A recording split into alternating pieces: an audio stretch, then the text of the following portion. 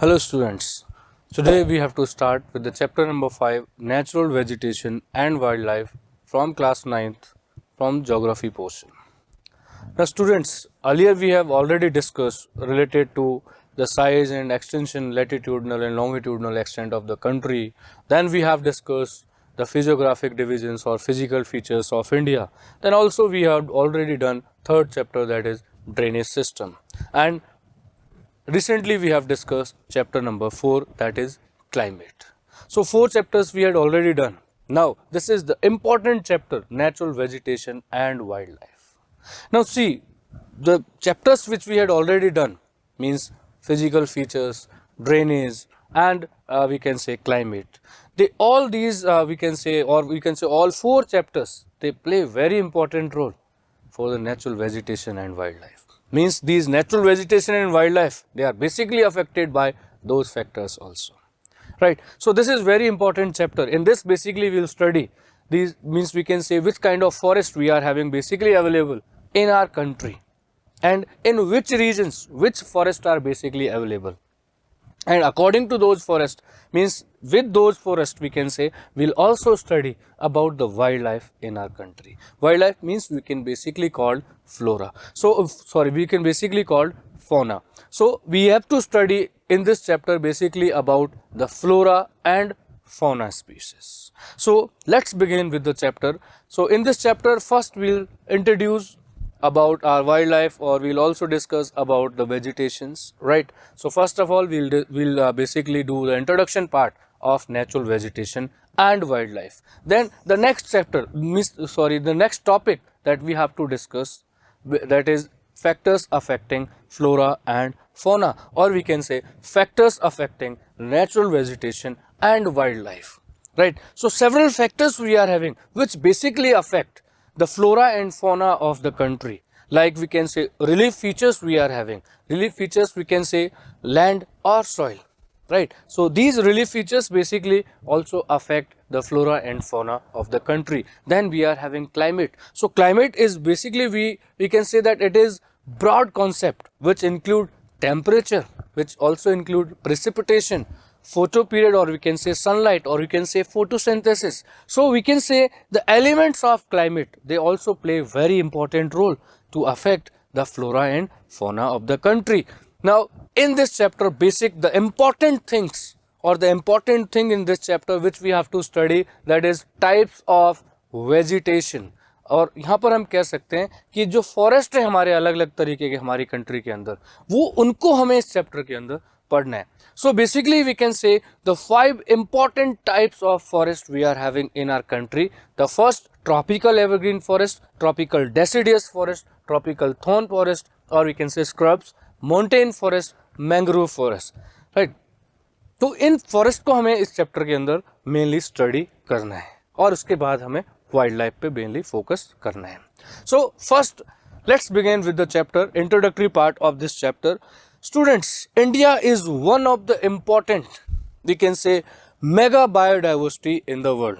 So we can say it is the 12th important mega diversity of the world and it occupies 10th place in the world. मतलब India का 10वां number है world के अंदर, जिसमें हम कह सकते हैं in which we can say 47,000 plant species we are having, and which basically we can say the 4th in the Asian countries, or we can say 4th in Asia in plant diversity. तो हम यहाँ पे कह सकते हैं कि India एक बहुत बड़ा मेगा डाइवर्सिटी कंट्री है, मेगा बायोडाइवर्सिटी कंट्री है, जो वर्ल्ड में 12th नंबर पर है, जिसके अंदर बहुत बड़े हम कह सकते हैं बड़ी मात्रा में हमारे यहाँ पे फ्लोरा और फौना स्पीसीज अवेलेबल होते हैं. So we can say approximately 15,000 flowering plants in India we are having, जिनमें फूल आते हैं. So which account for 6% of world's total number of flowering plants, right? तो वर्ल्ड में हमारा 6% जो कंट्रीब्यूशन है वो किससे है?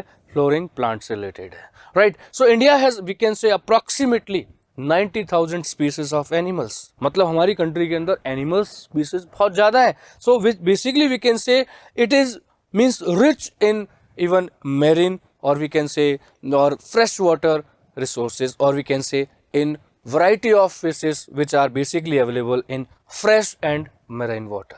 राइट, जो फ्रेश वाटर में और सॉल्ट वाटर में हमें जो फिश मिलती हैं उसकी भी हमारी इंडिया के अंदर बहुत सारी स्पीसीज अवेलेबल है. So we can say that India is having diverse, we can say flora and fauna species. So a plant community which has grown naturally without human aid is known as or is termed as virgin vegetation. मतलब हम कह सकते हैं virgin vegetation उसको कह सकते हैं जो without human beings के interference के बगैर अपने आप grow करती है. We can say with the natural phenomena, when any vegetation which grows with the natural phenomena, that is basically called virgin vegetation. मतलब जो अनडिस्टर्ब रहती है ह्यूमन बींग्स से, जिसमें ह्यूमन बींग्स का कोई रोल नहीं होता, उसको हम बोलते हैं वर्जिन वेजिटेशन, जो अपने आप ग्रो करती है.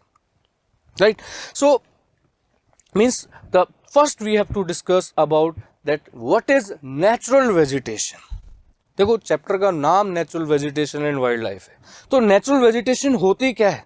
So natural vegetation basically we can say which grows naturally with, we can say, without the interference of human beings in long time period, right? So natural vegetation that has been left undisturbed by human population for a long time is called virgin vegetation, right? So virgin vegetation basically we can say it is related to flora.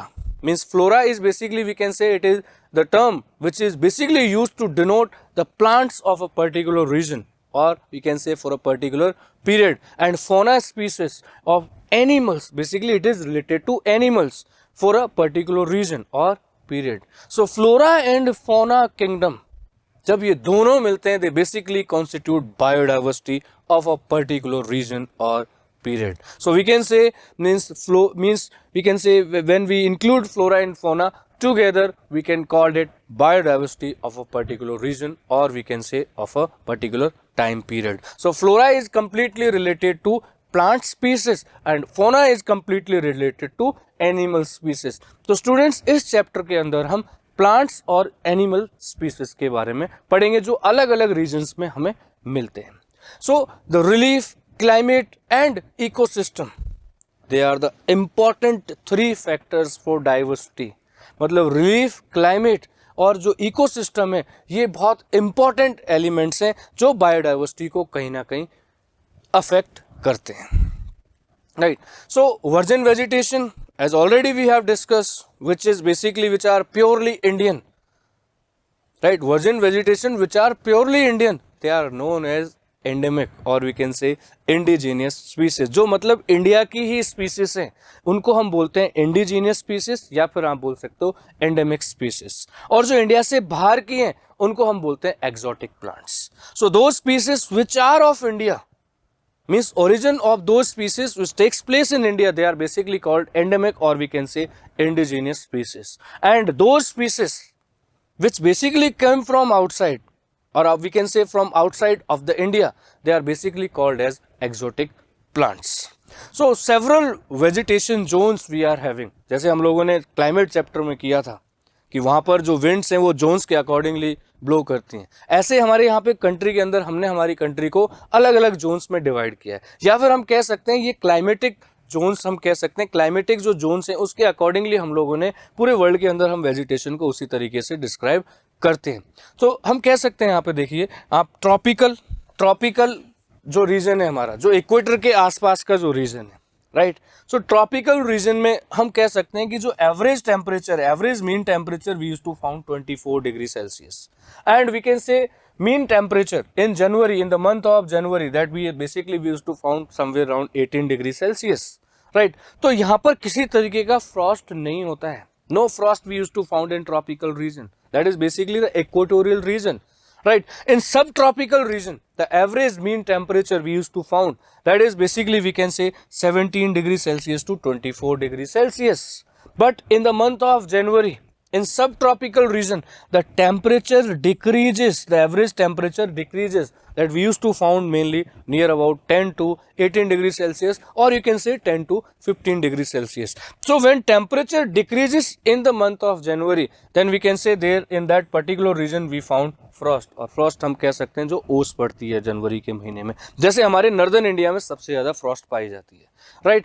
Then in the month of January, or we can say in the month of we can say in the months of winters, right? Then temperate zone, right?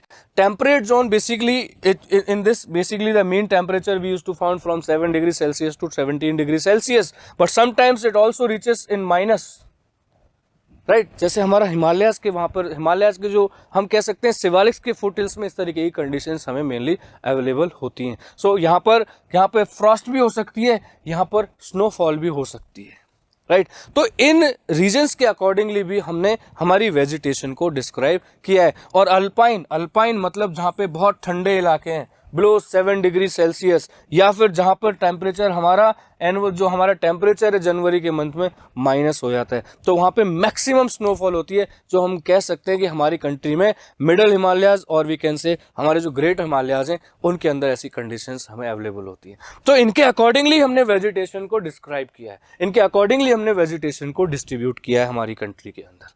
I hope you understand this.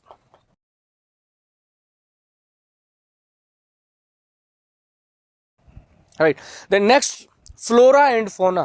I already told you students what is flora and what is fauna. So the term flora is completely related to the plant species, or we can say it is completely denoted to the plant species of a particular region or particular time period. Or fauna, you can say the species of animals. So it is basically referred as fauna, or we can say which is completely related to animal species. So we can say in our country we are having huge variety of flora and fauna, which is completely, we can say which is basically flora and fauna is basically in kingdom, which is due to several factors. So we are having several factors which affect the flora and fauna kingdom. The first factor we can say that is relief. देखो हमने second chapter हमने किया था, उसमें physical features हम लोगों ने पढ़े थे. तो फिजिकल फीचर्स में आपका रिलीफ फीचर्स आते हैं बेसिकली, तो जिसको हम इंक्लूड कर सकते हैं रिलीफ फीचर्स में. So we can say the more height of a region if we found it will be more cold, and only we can say mosses and lichens can grow in that particular region. मतलब बहुत ज़्यादा जब height हो जाती है, जैसे हमारे हिमालयाज की बहुत ज़्यादा हाइट है, ठीक है, तो वहाँ पर हम कह सकते हैं वहाँ पर कोल्ड होता है, जो हमने क्लाइमेट में पढ़ा था, जो ऑल्टीट्यूड फैक्टर पढ़ा था, आप वहाँ से इसको कर सकते हो लिंक. तो ऑल्टीट्यूड मतलब जैसे जैसे हाइट बढ़ती जाती है वैसे वैसे हमारा टेम्परेचर डिक्रीज होता जाता है. तो जब बहुत ज़्यादा हाइट पर हम पहुँच जाते हैं, means in India the average height of the Himalayas is 6000 metres. Great Himalayas की हम बात करते हैं तो हिमालयाज की 6000 एवरेज हाइट है. तो हम कह सकते हैं कि 6 किलोमीटर के ऊपर एवरेज हाइट पर जब हम जाएंगे तो टेम्परेचर हमारा बहुत रिड्यूस हो जाएगा, वो हमारे कोल्ड एरियाज हो जाते हैं. तो वहाँ पे मॉसेस एंड लिचन्स, तो मॉसेस तो एक प्लांट कम्युनिटी का पार्ट है, बट लिचन्स हमारा प्लांट कम्युनिटी का नहीं है, एक हम कह सकते हैं मिनरल टाइप का है, जो हम मेडिसिन्स में बहुत ज़्यादा यूज़ करते हैं, या फिर परफ्यूम्स वगैरह में हम उसका बहुत ज़्यादा यूज़ करते हैं, right. So mosses they also use to have leaves also. तो यहाँ पर उस लंबी हाइट पर हम कह सकते हैं, बहुत ज़्यादा हाइट पर हम कह सकते हैं मॉसेस और लिचन्स मेनली अवेलेबल होते हैं. लेकिन जैसे ही हाइट डिक्रीज होती है, so with the decreasement in the height, right, so variety of plants grows. जैसे हम प्लेन एरिया की तरफ आते हैं, या फिर हम कह सकते हैं जो हम लोगों ने ड्रेनेज चैप्टर में पढ़ा था, जैसे ही हम तराई रीजन के अंदर आते हैं, तराई रीजन मतलब भाबर के जस्ट साउथ में जो हमारा तराई रीजन होता है, which basically we use to found till 10 to 20 kilometres, right. तो जैसे हम तराई रीजन के आते हैं, वहाँ पे फर्टाइल लैंड बहुत ज़्यादा अवेलेबल होता है due to the erosional activity of the rivers. तो जैसे ही हम प्लेन एरिया के अंदर आते हैं, we use to found wide variety of